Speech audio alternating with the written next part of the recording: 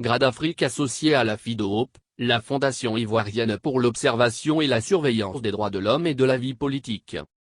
Le NPR, le nouveau parti républicain, et le RPSIAC, le Rassemblement du peuple de Côte d'Ivoire, alternative crédible.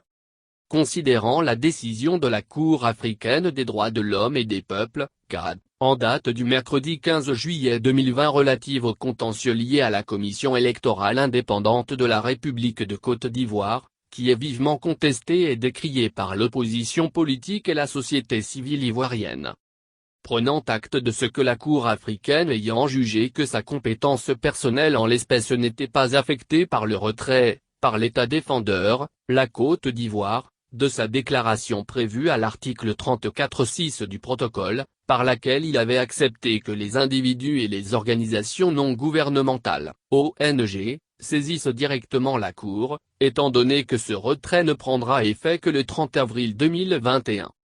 Soutenant l'avis principal de l'arrêt de la CAD, selon lequel la Cour a constaté que l'État de Côte d'Ivoire n'a pas pleinement rempli non seulement les obligations qui lui incombent de garantir la confiance du public et la transparence dans la gestion des affaires publiques ainsi que la participation effective des citoyens dans les processus démocratiques, mais aussi son obligation de veiller à ce que l'organe électoral jouisse de la confiance des acteurs et protagonistes de la vie politique. Ainsi que la conclusion de la Cour ordonnant à l'État de Côte d'Ivoire de prendre les mesures nécessaires pour garantir que de nouvelles élections du bureau fondées sur la nouvelle composition de l'organe électoral soient organisées au niveau local. Vu le caractère injonctif de la présente décision, qui est assortie d'un délai de 3 mois pour voir l'État de Côte d'Ivoire s'exécuter et rendre compte. Vu l'engagement pris par le peuple souverain de Côte d'Ivoire au travers Constitution ivoirienne du 8 novembre 2016, de respecter tous les engagements internationaux auxquels la Côte d'Ivoire est partie.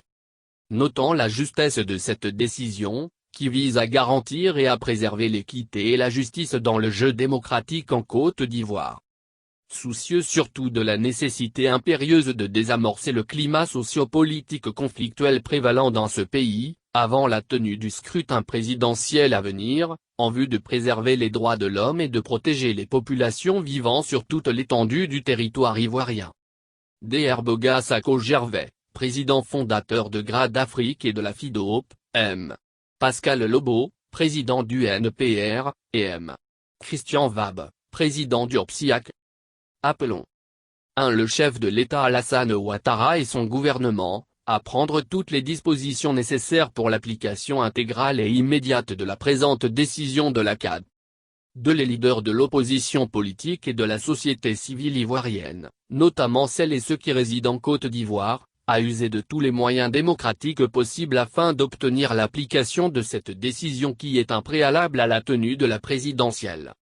3. Le peuple souverain de Côte d'Ivoire, toutes les populations éprises de paix et de démocratie, à se mobiliser et à se tenir prêtes pour tout mot d'ordre. Dès lors, nous concluons que l'élection présidentielle prévue constitutionnellement le 31 octobre 2020 ne pouvant se tenir dans ce délai, une transition s'impose.